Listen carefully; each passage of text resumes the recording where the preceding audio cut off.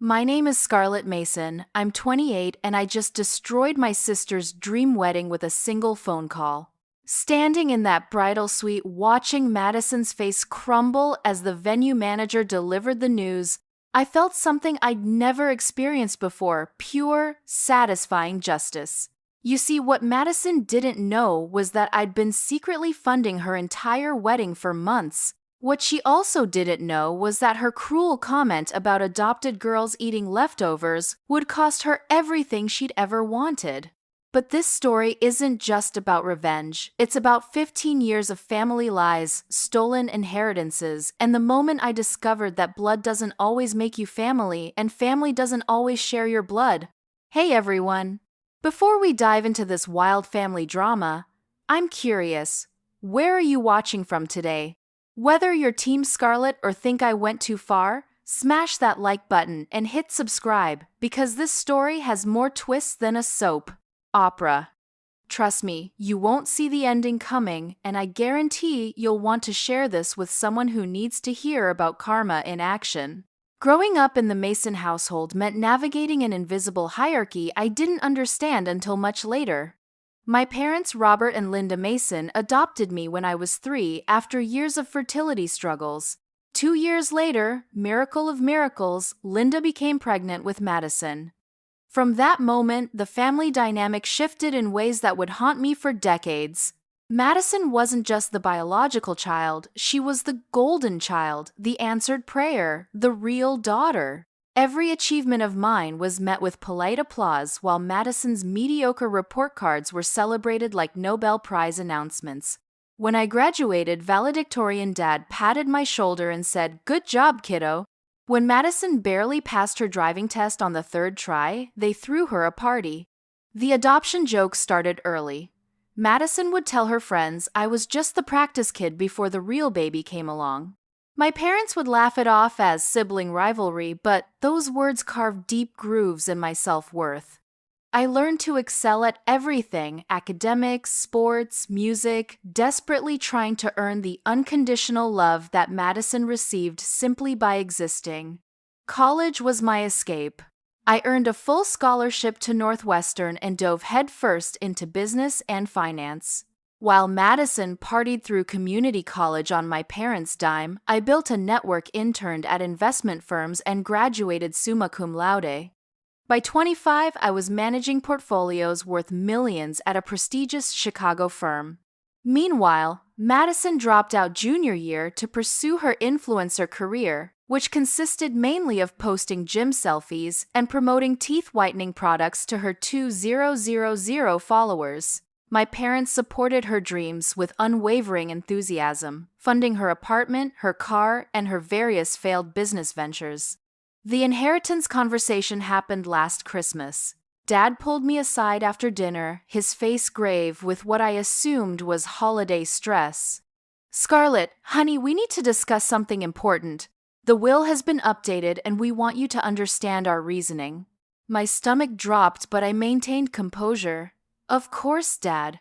Whatever you think is best. Madison will inherit the house and the majority of our assets. She's going to need more support, being the biological heir and all. You've always been so independent, so successful. We know you'll be fine without our help." The words hit like a physical blow, but I smiled and nodded.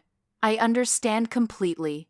And I did understand. I understood that 15 years of being the perfect daughter meant nothing if you weren't born into the family. That night, I made a decision that would change everything. If I wasn't going to be family in their eyes, I'd stop pretending we were family in mine. But I'd be strategic about it. I'd wait for the perfect moment to show them exactly what their practice daughter was capable of. The opportunity came 6 months later when Madison announced her engagement to Brett, a wannabe cryptocurrency investor who lived in his friend's basement. My parents were overjoyed. Their baby was getting married. The wedding planning began immediately, with Madison dreaming of a $75,000 fairy tale celebration that their retirement savings couldn't possibly cover. I watched them stress about money for weeks before making my move. I called the venue, posed as Madison's financial backer, and quietly took over the payments. The florist, the caterer, the photographer, I became the silent benefactor of Madison's dream wedding, all while she continued to treat me like the family afterthought. Taking control of Madison's wedding finances was easier than I expected. The vendor payments were scattered across multiple credit cards and payment plans that my parents were desperately juggling. I simply called each vendor, explained I was handling the family finances, and transferred everything to my accounts. Within 2 weeks, I was the sole financial responsible party for every aspect of Madison's wedding. The irony wasn't lost on me. The practice daughter was now funding the golden child's special day. I covered the $8,000 venue deposit, the $4,500 catering bill, the $2,800 photographer, and even the $1,200 flower arrangements that Madison insisted were absolutely essential for her. Instagram aesthetic. My parents were relieved beyond words. Dad actually teared up when I told them I wanted to contribute to Madison's happiness. This is why we're so proud of you, Scarlett. Your generosity toward your sister shows what a wonderful person you've become. I smiled sweetly and didn't mention that I'd structured every contract with termination clauses that only I could invoke. The venue agreement specifically stated that the signatory party could cancel with 48 hours' notice for a full refund of deposits. The caterer had a similar clause. In the financial world, we call this hedging your bets. Madison, meanwhile, was in full bridezilla mode. She insisted on weekly family dinners to discuss wedding details where she'd hold court like a queen addressing her subjects. I sat through endless conversations about napkin colors and centerpiece heights, watching my parents hang on her every word like she was solving world hunger instead of planning a party. Scarlett never had a creative bone in her body, Madison would say, while showing off her Pinterest boards. That's why she went into boring finance stuff. But weddings require actual artistry and vision. I'd nod along, mentally calculating how much her artistry was costing me, while she remained blissfully unaware that her wedding existed entirely at my discretion. The power dynamic was intoxicating in a way I hadn't expected. For the first time in my life, I held all the cards while Madison played the game without knowing the rules had changed. The guest list became another source of family tension. Madison wanted 200 people. The budget could realistically handle 100. She threw tantrums worthy of a toddler, demanding that her wedding be perfect regardless of financial constraints. My parents twisted themselves into knots, trying to satisfy her demands while staying within their means. I solved the problem by quietly upgrading the venue package to accommodate her wishes. When she wanted upgraded linens, I approved the expense. When she decided the standard bar package wasn't impressive enough, I authorized the premium option. Every time my parents worried about money, I'd find a way to make Madison's demands possible. "How are we managing to afford all this?" Mom asked, during one particularly expensive shopping trip for Madison's third dress fitting. "We're just being very careful with the budget," I replied, which was technically true. I was being extremely careful with my budget, careful to document every expense for maximum impact later. Madison's treatment of me during this period reached new lows. She assigned me degrading tasks, like addressing invitations and managing RSVP's work she deemed perfect for someone who likes boring details. She criticized my bridesmaid dress choice, my hair suggestions, and even my gift ideas for her bridal shower. "Maybe you could just give me cash instead of trying to pick something creative," she suggested after rejecting my third gift idea. "You're not really good at the sentimental stuff anyway." I agreed with a smile, writing her a check for $500, while internally noting it as another line item in my growing ledger of expenses she'd someday have to acknowledge. The bachelor and bachelorette parties were my master class in strategic patience. While Brett's friends took him to a local bar for cheap beers and chicken wings, Madison demanded a weekend in Napa Valley for her celebration. The cost was astronomical, $4,000 for accommodations, meals, and activities for 8 women. My parents panicked when they saw the estimate. Madison threw another tantrum, crying about how her special day was being ruined by their cheapness. I watched the whole drama unfold before quietly offering to help coordinate the trip, which meant I'd fund it entirely while Madison took credit for the planning. Watching her pose for Instagram photos at the vineyard, surrounded by friends who were there because of my financial backing, crystallized something inside me. This wasn't just about money anymore, it was about justice, recognition, and the long overdue reckoning of a family dynamic that had damaged me for decades. Guys, I know this story is getting intense, and we're about to hit the moment that changed everything. If you're invested in seeing how this family drama unfolds, make sure you stick around, because what happens next will blow your mind. Sometimes the universe has a way of putting the perfect words in the wrong person's mouth at exactly the right moment. The bridal shower was the dress rehearsal for disaster, though nobody knew it at the time. Held at my parents' house on a beautiful Sunday afternoon, it should have been a celebration of family and friendship. Instead, it became a masterclass in how entitlement and cruelty can destroy relationships in real time. I arrived early to help set up, carrying the custom cake I'd ordered from Madison's favorite bakery, another $300 expense she'd never know about. The decorations were perfect, the catering elegant, and the gift table groaning under the weight of presents from friends and family who genuinely loved Madison despite her flaws. My parents were glowing with pride as guests arrived. "Doesn't everything look perfect?" Mom gushed to her sister. "Madison has such exquisite taste." No mention of who had actually coordinated and paid for the exquisite details, but I'd long since stopped expecting credit for my contributions. Madison arrived fashionably late, wearing a white sundress that cost more than most people's monthly rent.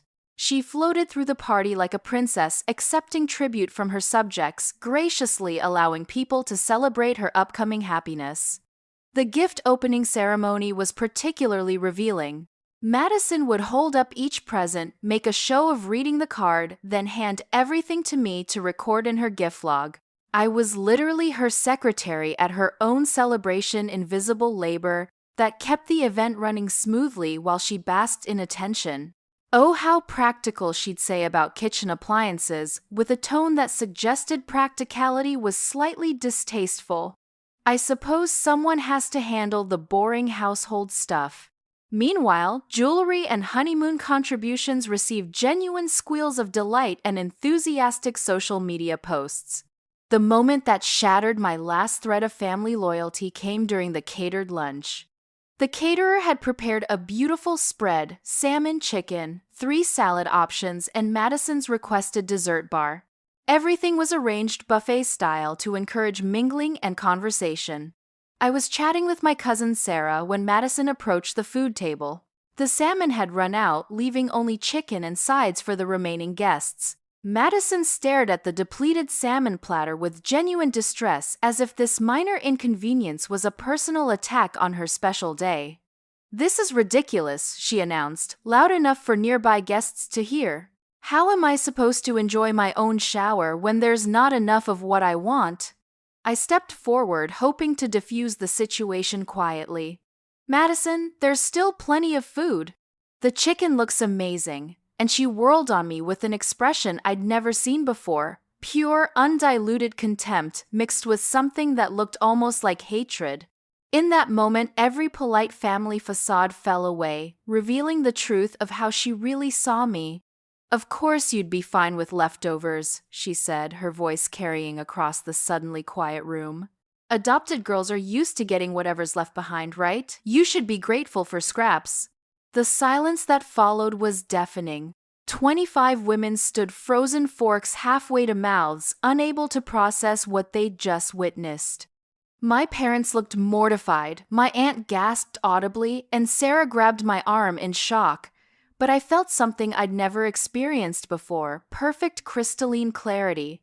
Every doubt I'd ever had about my place in this family, every justification I'd made for their treatment, every hope that blood might eventually matter less than love, all of it evaporated in an instant. Madison realized she'd gone too far. Her face crumpled as she looked around the room at the horrified expressions of her guests. I didn't mean I was just upset about the food. Scarlett, you know I didn't. It's fine, I said calmly, my voice steady despite the tsunami of emotions crashing through me. You're absolutely right. I should be grateful for whatever I get. I excused myself to the bathroom, ostensibly to compose myself, but actually to make the phone calls that would change everything. The venue manager was surprisingly accommodating when I explained that due to unforeseen family circumstances, I needed to cancel the wedding scheduled for next Saturday. The full refund will be processed within 24 hours, he confirmed. I'm sorry to hear about your situation.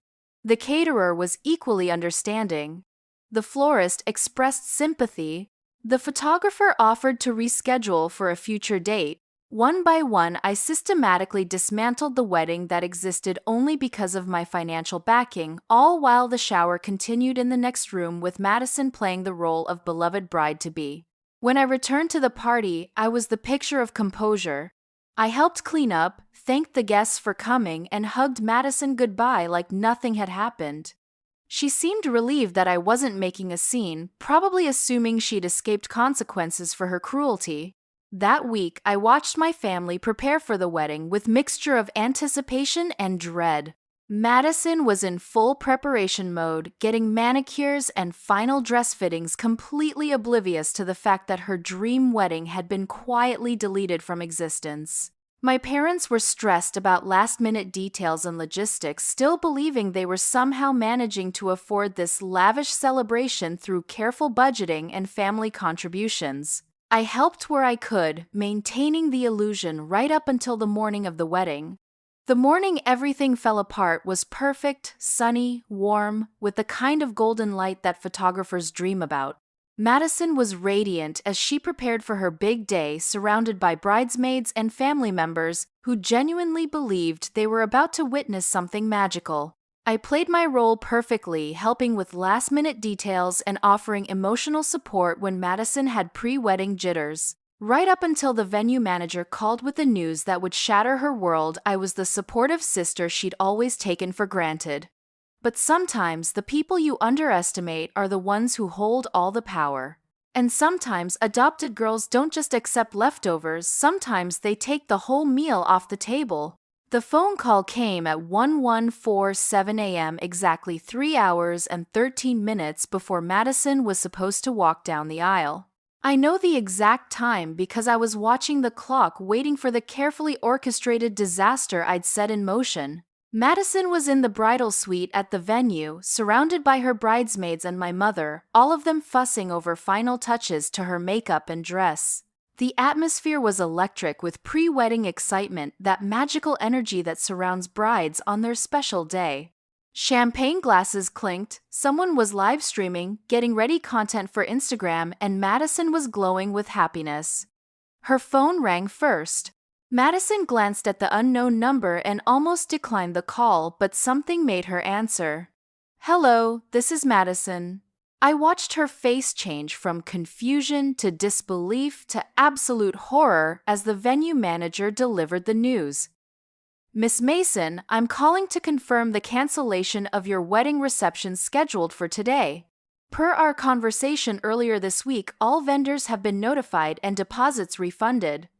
"I'm sorry," what Madison's voice cracked, drawing concerned looks from everyone in the room. "There must be some mistake. My wedding is in 3 hours. According to our records, the event was canceled on Sunday by the financial signatory on the account. The cancellation was processed with full documentation and vendor notifications. I'm very sorry for any confusion." Madison's legs gave out.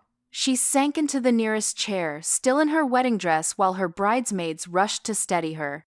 "This isn't possible. Someone made a mistake." "This is my wedding day." My mother grabbed the phone, her face pale with panic. "This is Linda Mason, Madison's mother. There's obviously been some terrible error. The wedding is supposed to start in 3 hours. We have 200 guests coming." The manager's voice was professional but firm. "Ma'am, I understand this is distressing, but the cancellation was legitimate. The person who signed the original contracts and handled all payments requested the cancellation. They had full authority to make this decision." That's when the pieces started clicking together. Madison's eyes found mine across the room, and I saw the moment she remembered the bridal shower, the comment about adopted girls and leftovers, and the fact that she'd never actually seen any of the vendor contracts or payment confirmations. "Scarlett," she whispered, her voice barely audible.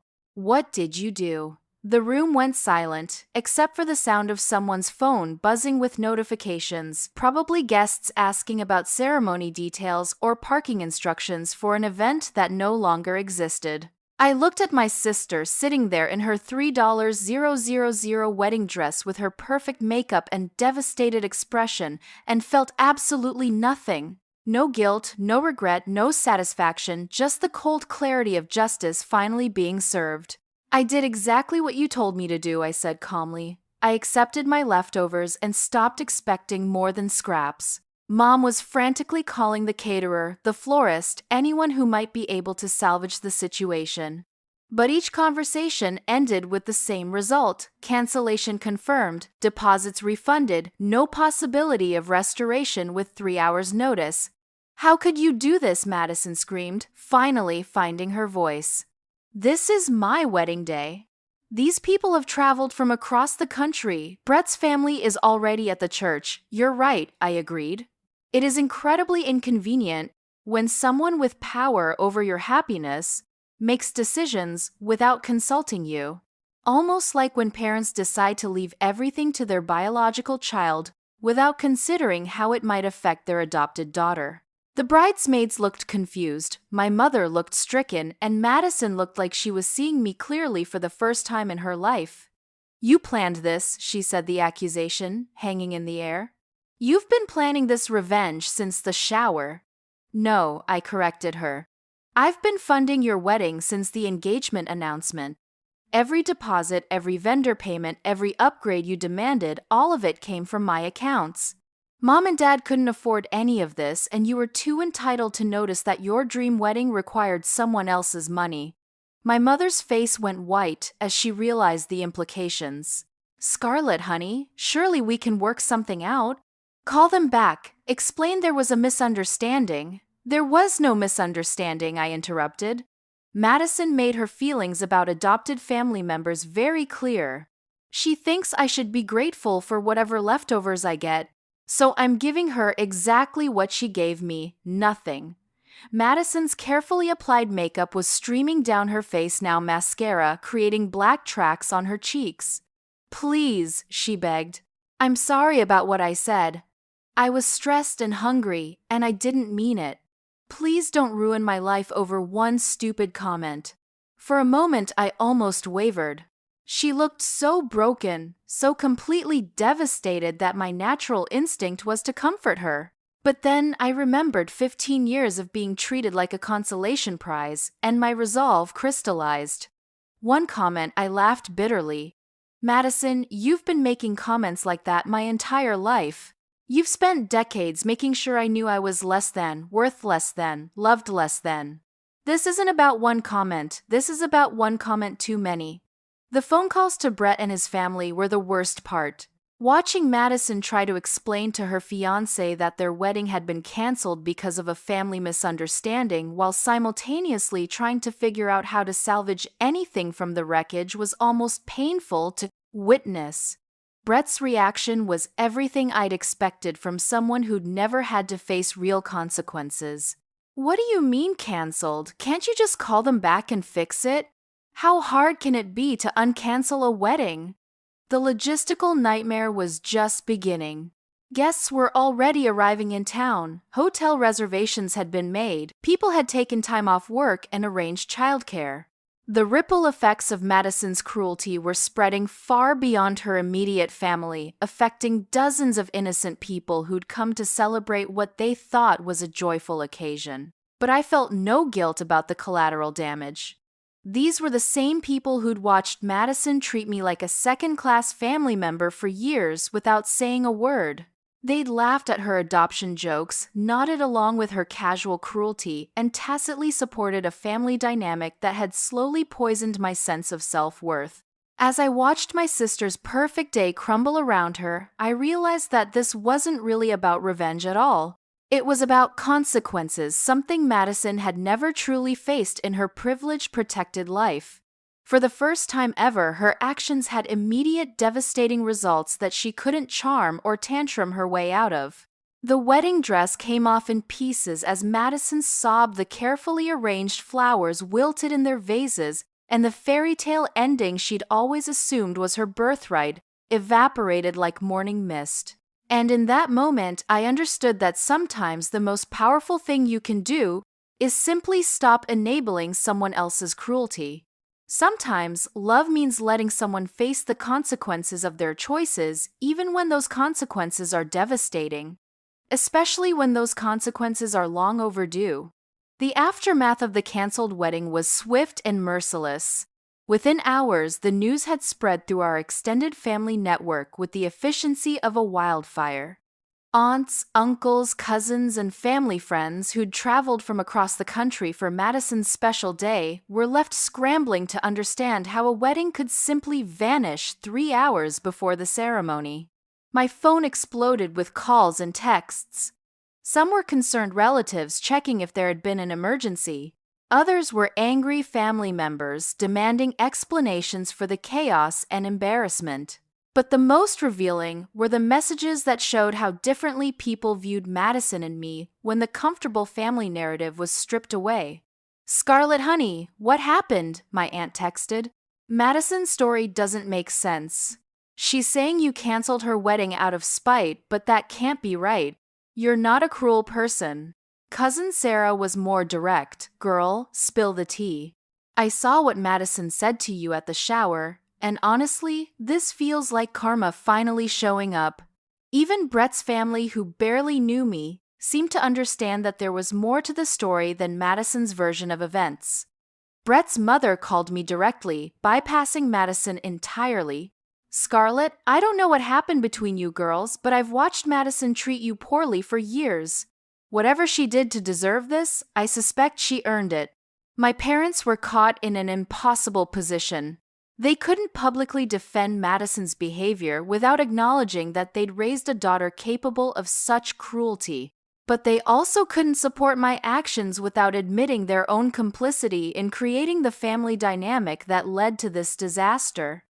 Dad tried to broker peace through financial negotiation. "Scarlett, if this is about money, we can work something out. Maybe we can take out a loan, refinance the house." "It's not about money, Dad," I interrupted. "It's about respect. It's about 15 years of being treated like I should be grateful for whatever scraps you throw my way." Madison didn't destroy her wedding. She destroyed it the moment she decided that being adopted made me less worthy of love. The media attention was unexpected but inevitable. Someone had posted about the canceled wedding on social media, and the story took on a life of its own.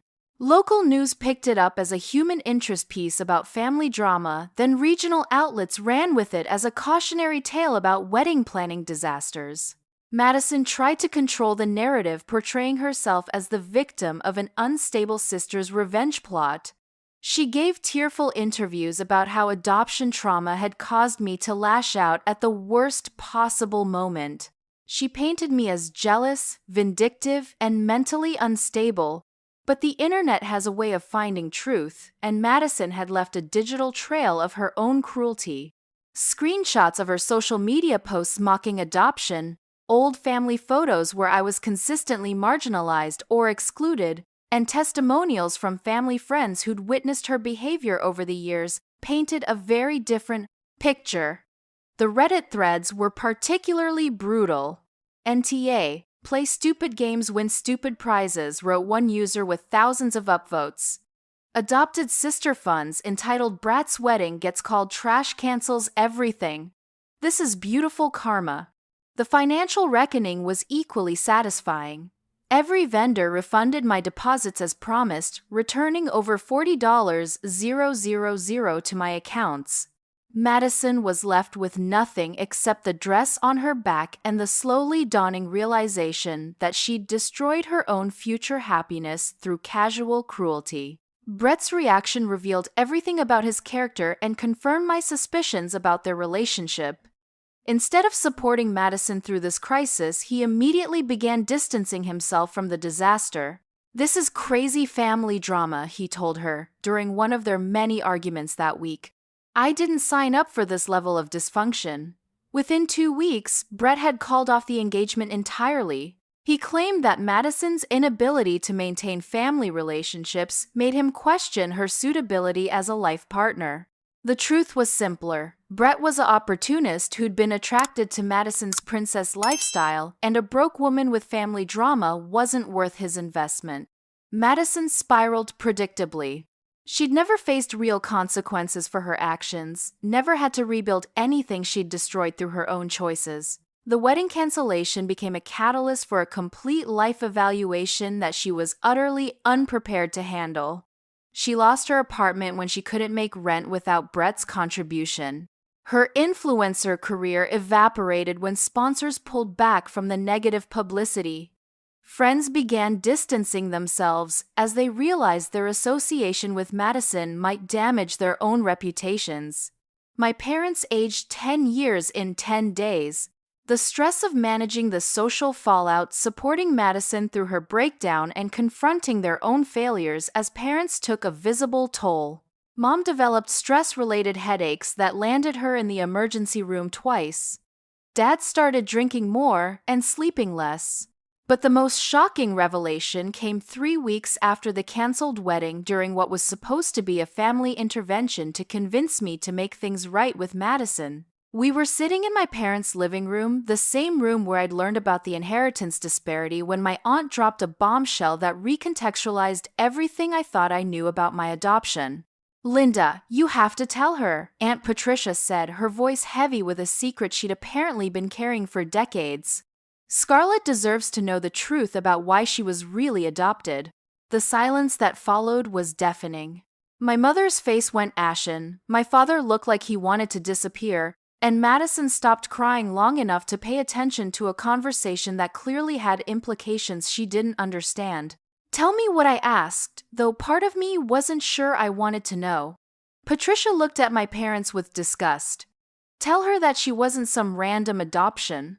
Tell her that she's actually family, that her birth mother was Linda's sister who died in a car accident. Tell her that she inherited a trust fund that's been sitting in an account for 25 years, earning interest while you've let her believe she was some charity case who should be grateful for leftovers." The revelation hit like a physical blow. I wasn't just adopted, I was family all along. And the inheritance that my parents had given entirely to Madison, they'd stolen it from me, allowing their biological daughter to benefit from money that legally belonged to their niece. Madison's face went white as she realized the implications. Not only had she spent years tormenting her actual cousin, but she'd been living off money that rightfully belonged to the person she'd treated as inferior. The room erupted in accusations, denials, and 25 years of buried family secrets spilling out in real time. But through it all, I felt something I'd never experienced before: complete and total vindication. I wasn't the practice kid, the consolation prize, or the grateful recipient of family leftovers. I was the rightful heir who'd been systematically defrauded by the people who were supposed to protect me. And Madison was about to learn what it really meant to survive on scraps. I know this has been an emotional roller coaster, and we're about to wrap up this incredible story of family secrets and long overdue justice. But before we finish, I want you to think about the families in your own life, the people who show love through actions versus those who just expect it because of blood. If this story resonated with you, if you've ever felt like the outsider in your own family, or if you believe that karma eventually finds everyone, I need you to stick around for how this all ends. Trust me, you'll want to hear every single detail of what happened next. The legal battle that followed was swift and decisive. Armed with Patricia's testimony and documentation she'd secretly maintained for decades, I hired the best family law attorney in Chicago. Within 72 hours, we'd frozen my parents' assets and initiated proceedings to recover my stolen inheritance. The trust fund that had been established after my birth mother's death was worth $400, 0 inches, 1,997. 25 years of compound interest had grown it to over $1.2 million.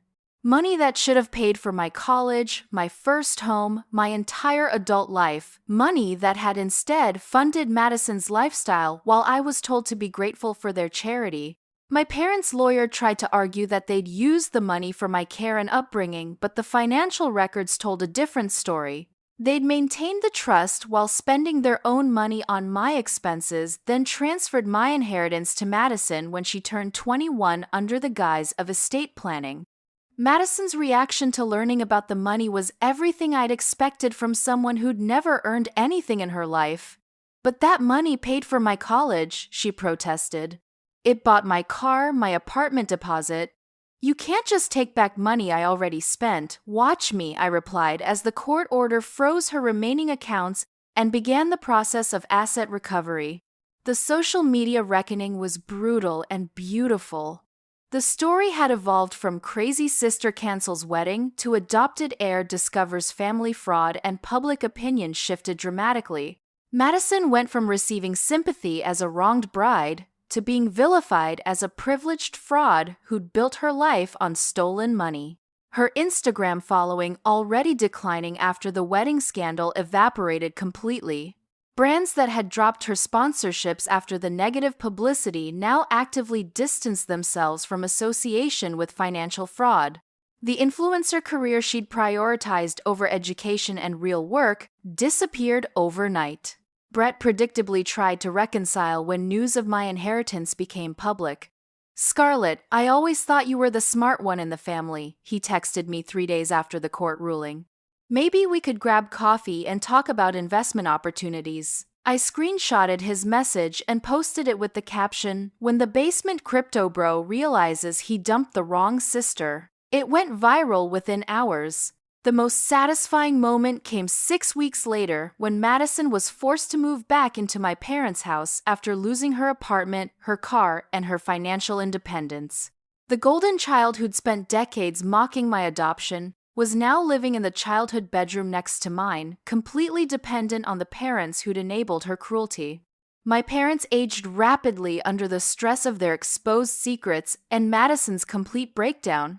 Dad's drinking escalated to the point where he needed medical intervention.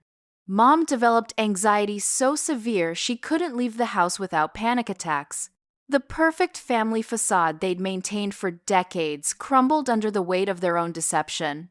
The inheritance recovery process took months, but every dollar returned felt like vindication. Madison was required to repay money she'd spent on luxuries, the car jewelry, vacations, and countless frivolous purchases funded by my stolen birthright. When she couldn't repay in cash, the court ordered asset seizure. Watching her designer handbags and jewelry being cataloged for auction was poetry in motion. Each item represented something she'd bought with my money while treating me like I should be grateful for family acceptance. The Cartier bracelet she'd worn to family dinners while making adoption jokes, sold to pay my legal fees. But the sweetest justice came from an unexpected source, Madison's former friends and social circle. As the truth about our family's dysfunction became public, people began sharing their own stories about Madison's behavior over the years. The pattern of entitlement, cruelty, and casual discrimination had affected more people than just me. "She made fun of my learning disability in high school," one former friend posted, "called me special education Stephanie in front of everyone. I'm not surprised she turned out to be a fraud. Madison told everyone my family was new money trash because my dad started his business later in life," wrote another. "She acted like she was royalty when she was literally living off stolen money." The social isolation was complete and devastating. Madison had no friends, no boyfriend, no career, no money, and no prospects. At 26, she was starting over with less than nothing, living with parents who could barely look at her without remembering their own moral failures. Meanwhile, my life transformed in ways I'd never imagined. The inheritance allowed me to start my own investment firm, focusing on financial planning for adoptees and foster children populations, often overlooked by traditional wealth management. My story resonated with thousands of people who'd faced similar family dynamics, and my business grew exponentially. I bought a beautiful penthouse apartment with floor-to-ceiling windows overlooking Lake Michigan. Every morning I wake up to views that Madison used to say I'd never afford. Every success felt like another piece of justice falling into place. The final confrontation came 8 months after the canceled wedding. Madison appeared at my office unannounced and desperate. She'd lost weight, her hair was unkempt, and she wore the kind of discount clothing she'd once mocked other people for buying. "Scarlett, please," she begged. "I know I messed up, but we're family. Can't you find it in your heart to forgive me?" I looked at this broken woman, my cousin, not my sister, as I'd recently learned, and felt something I hadn't expected: pity. Not enough to change anything, but enough to understand that her cruelty had always come from her own insecurity and fear. "Madison," I said calmly, "you spent 25 years teaching me that adopted girls should be grateful for leftovers. You insisted that blood family was more important than chosen family. You made sure I knew I was worth less, loved less, entitled to less." She nodded frantically. "But I was wrong. I see that now. I was horrible to you, and I'm sorry. I believe you are sorry," I agreed. "You're sorry you got caught. Sorry you lost everything. Sorry that actions have consequences. But you're not sorry for the years of damage you caused. You're just sorry it finally affected you." I stood up and walked to my office window, looking out at the city I'd conquered despite her efforts to keep me small. "You taught me valuable lessons about family loyalty and blood relationships. You showed me that genetics don't create love, and love doesn't excuse cruelty. For those lessons, I'm actually grateful." Madison was crying now, the ugly, desperate sobs of someone who'd finally understood what powerlessness felt like. "What do you want from me? How can I make this right?" I turned back to face her, this woman who'd shaped so much of my early pain and inadvertently created my adult strength. "I don't want anything from you, Madison. I want you to live with the consequences of your choices just like you expected me to live with mine." "I have nothing left," she whispered. "Then you understand how I felt for 25 years, I replied. "The difference is I built something from nothing. You destroyed something that was handed to you. That's the difference between earned strength and inherited privilege." Security escorted her out after that. I never saw Madison again, though I heard through family gossip that she'd eventually found work as a cashier at a discount store, honest work that she'd never respected when other people did it. My parents never recovered from the scandal. They divorced within a year, unable to rebuild trust after decades of mutual deception. Dad moved to Florida, where his drinking problem could blend with retirement culture. Mom stayed in the family house, now too large and empty for her diminished circumstances. Sometimes people ask if I regret destroying my family for revenge, but they misunderstand what happened that day in the bridal suite. I didn't destroy my family. I revealed that it had been broken all along. I didn't take revenge. I simply stopped enabling other people's cruelty. The wedding cancellation wasn't about punishing Madison for one comment. It was about finally recognizing my own worth after a lifetime of being told I had none. It was about understanding that sometimes the most loving thing you can do is let someone face the natural consequences of their choices. Today, I have a chosen family of friends, colleagues, and romantic partners who value me for who I am, not what I can provide, or how grateful I am to exist in their presence. I have financial security built through my own efforts, relationships based on mutual respect, and the deep satisfaction of knowing that justice, while sometimes delayed, is never denied. As for Madison, she learned what every privileged person eventually discovers: that the world doesn't owe you anything just because you've always had everything. That respect is earned, not inherited. And that sometimes adopted girls don't just accept leftovers, sometimes they take the whole meal off the table and build something better from scratch.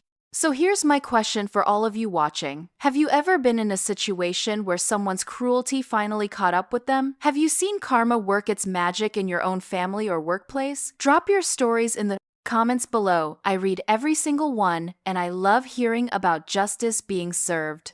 If this story taught you something about family dynamics, toxic relationships, or standing up for yourself, smash that like button and subscribe for more real-life drama and life lessons. Share this with someone who needs to hear that they're worth more than leftovers, and remember, blood doesn't make family, and family doesn't excuse cruelty. Thank you for going on this journey with me, and I wish you all the courage to recognize your own worth and the strength to defend it when necessary. Sometimes the best revenge is simply living well and letting people face the consequences of their own choices.